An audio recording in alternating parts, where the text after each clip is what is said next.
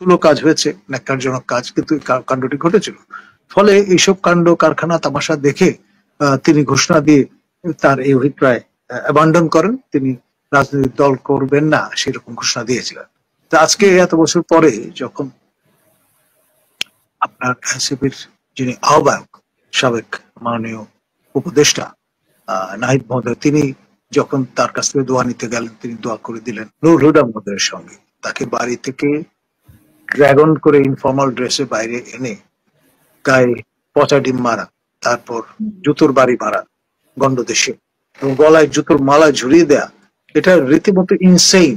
আপনার সেই জন অফ আর্কের আমলে হয়তো এটি হতো, বর্তমান বিশ্বে এটি কোনোভাবেই অ্যাকসেপ্টেবল না। আইনের শাসন যে দেশে আছে সেই দেশে এমনটি হবে না। সব বিষয়ে একমত হতে কোনো কথা নেই। তো এই বিষয়গুলো আমরা দেখতে চাই বাংলাদেশে। আমরা এই মব শাসনের অবসান চাই, মবক্রেসির অবসান চাই। আমাদের দেশপ্রেমিক সশস্ত্র বাহিনীর পক্ষ থেকেও কিন্তু সেই বিষয়টি জানান দেওয়া হয়েছে।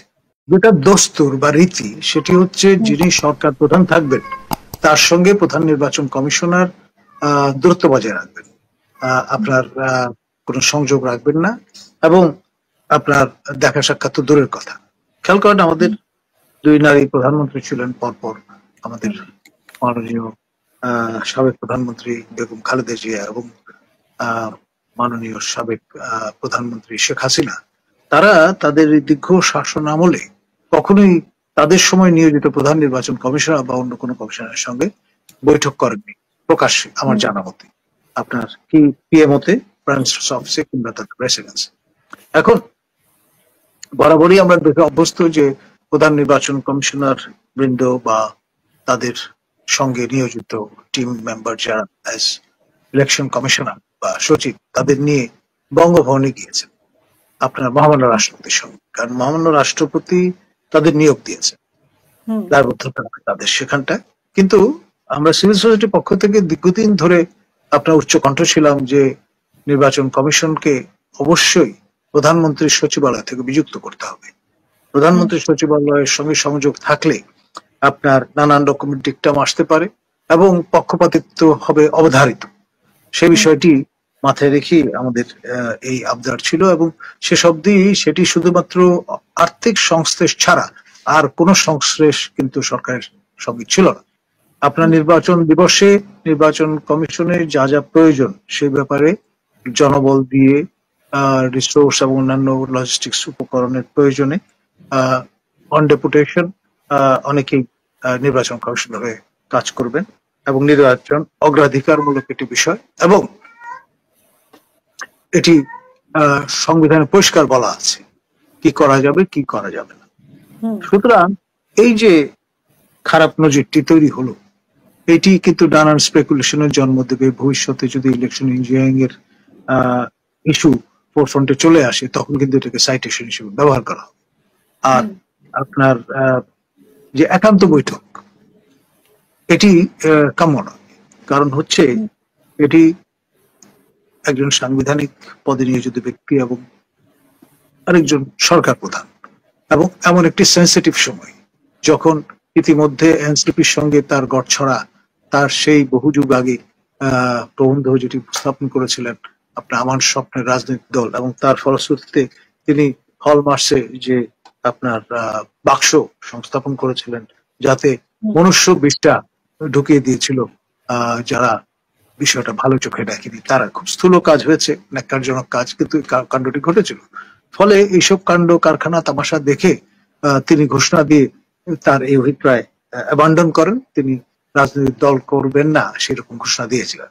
তো আজকে এত বছর পরে যখন আপনার এনসিপির যিনি আহ্বায়ক, সাবেক মাননীয় উপদেষ্টা নাহিদ মহোদয়, তিনি যখন তার কাছ থেকে দোয়া নিতে গেলেন, তিনি দোয়া করে দিলেন, আলিঙ্গনা পাশে আবদ্ধ করলেন, এবং তার মানে একজন উপ প্রেস সচিব তিনি ঘোষণাই দিয়ে দিলেন যে ভবিষ্যৎ প্রধানমন্ত্রী আমাদের সামনে।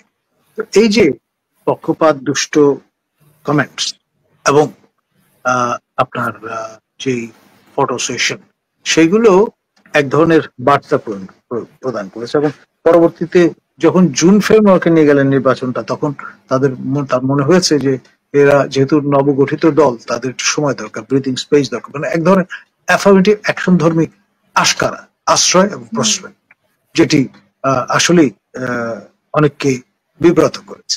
তো যাই হোক, এই বিষয়টি খুব ভালো নজির হিসেবে ভবিষ্যতে কি ধরনের কথা ওনাদের মধ্যে হতে পারে, মানে কি ধরনের কথা আমরা এখনো জানতে পারি? যে স্পেকুলেটিভ যে বিষয় একটা হতে পারে যে হয়তো সাধারণ নির্বাচন না করে প্রথমে হয়তো ফেব্রুয়ারিতে গণভোটের আয়োজন করলেন, কেন নির্বাচন হবে না ভবিষ্যতে, কেন হবে 2029-এ, এরকম হতে পারে। হতে পারে আপনার প্রথমে স্থানীয় সরকার নির্বাচন করে বিভিন্ন টিয়ারে নির্বাচন কমিশন হাত পাকাতে পারে যে আমরা ট্রায়াল এন্ড এরর বেসিসে অভিজ্ঞতা অর্জন করে নিই, সেটি হতে পারে। অথবা হতে পারে যে আপনার ডিলিমিটেশন বা আসন বিন্যাস, তারপরে ভোটার তালিকা আপডেটেশন, এইসব ইস্যু থাকতে পারে। এখন হু নোজ, সেখানে আমাদের মাননীয় প্রধান নির্বাচন কমিশনের দুই কাঁধে দুই ফেরেস্তা এবং আমাদের মাননীয় প্রধান উপদেষ্টার অন্তরে যে পবিত্র আত্মা বাসা বেঁধে আছে, এরা বাদে আর কেউ তো সেখানে, এই দুজন বাদে আর কেউ উপস্থিত ছিলেন না। তো সুতরাং সাক্ষ্যটা দেবে কে? এখন যেখানে সাবেক নির্বাচন কমিশনারদেরকে নিয়ে অনেক কথা হচ্ছে, গ্রেপ্তার হয়েছেন, তারপরে কাজী হাবিবুল আওয়াল উনি স্বীকার করেছেন আমি ডামি নির্বাচন করেছেন, ভয়ঙ্কর নির্বাচন করেছেন, সবকিছুই ফাঁস করে দিয়েছেন, এবং সেখানে শেখ মুজিবুর রহমানকেও টেনে এনেছেন। তো সেরকম একটা পরিস্থিতিতে উনি ছুটে গেলেন, বা ওনার কাছে মানে উনি ছুটে গেলেন ডক্টর ইউনূসের কাছে। তো সেটা আসলে কি ইঙ্গিত বহন করে এই মুহূর্তে, যেখানে দুই নির্বাচন কমিশনারকে নিয়ে এত কিছু হচ্ছে? দেখুন, আসলে সতর্ক হওয়া দরকার, তা না হলে ভবিষ্যতে খারাপ নজির তৈরি হওয়ার উপক্রম বা হবে, এতে কোনো সন্দেহ নেই। যেই ন্যাক্কারজনক কাজটি হয়েছে, মাননীয় সাবেক প্রধান নির্বাচন কমিশনার বীর মুক্তিযোদ্ধা আমাদের নূর হুদা মহোদয়ের সঙ্গে, তাকে বাড়ি থেকে ড্রাগন করে ইনফর্মাল ড্রেসে বাইরে এনে গায়ে পচা ডিম মারা, তারপর জুতোর বাড়ি মারা গন্ডদেশে, এবং গলায় জুতোর মালা ঝুরিয়ে দেয়া, এটা রীতিমতো ইনসেইন। আপনার সেই জন অফ আর্কের আমলে হয়তো এটি হতো, বর্তমান বিশ্বে এটি কোনোভাবেই অ্যাকসেপ্টেবল না। আইনের শাসন যে দেশে আছে সেই দেশে এমনটি হবে না। কারো বিরুদ্ধে কোনো অভিযোগ থাকলে আইনের আশ্রয় নেন, has its own due course. কিন্তু আপনার মনে গ্রিভান্স আছে বলে আপনি হামলে পড়বেন এবং একজন মানুষকে তার প্রাইভেট স্পেয়ার, বাসা বাড়ি, সেখান থেকে ধরে নিয়ে চলে আসবেন, এটা তো হয় না। আর তারপর মারধর করে রিমান্ডে নিয়ে রাষ্ট্রদ্রোহিতার মামলা দিয়ে দেবেন, সেটাও কিন্তু অ্যাকসেপ্টেবল না, নর্মে পড়ে না। 2, 3 নাম্বার হচ্ছে আপনি কাজী হাবিবুল আওয়াল মহোদয়কে আটক করলেন, রিমান্ডে নিয়ে গেলেন, তারপর আদালতে হাজির হওয়ার সময় দেখা গেল ওনার মুখে থুতু বেড়া হলো। এটাও তো অ্যাকসেপ্টেবল না, অসভ্য রীতি, এটা হয় না। You can't do that. আপনার পাশ্চাত্য সংস্কৃতিতে টমেটো ছুঁড়ে মারার চল আছে, আপনি জানেন, পচা ডিম মারার চল আছে, কিন্তু তারও একটা আপনার নর্ম আছে, রীতি আছে। মানে কেউ কিন্তু অন্যের অধিকারে হস্তক্ষেপ করে না, এবং আপনার সহমত পোষণ না করলে নিশ্চুপ থাকে, বা আপনার দে এগ্রি টু ডিসএগ্রি, এটাও কিন্তু একটা সভ্য রীতি। সব বিষয় নিয়ে একমত হতে কোনো কথা নেই। তো এই বিষয়গুলো আমরা দেখতে চাই বাংলাদেশে। আমরা এই মব শাসনের অবসান চাই, মবক্রেসির অবসান চাই। আমাদের দেশপ্রেমিক সশস্ত্র বাহিনীর পক্ষ থেকেও কিন্তু সেই বিষয়টি জানান দেওয়া হয়েছে।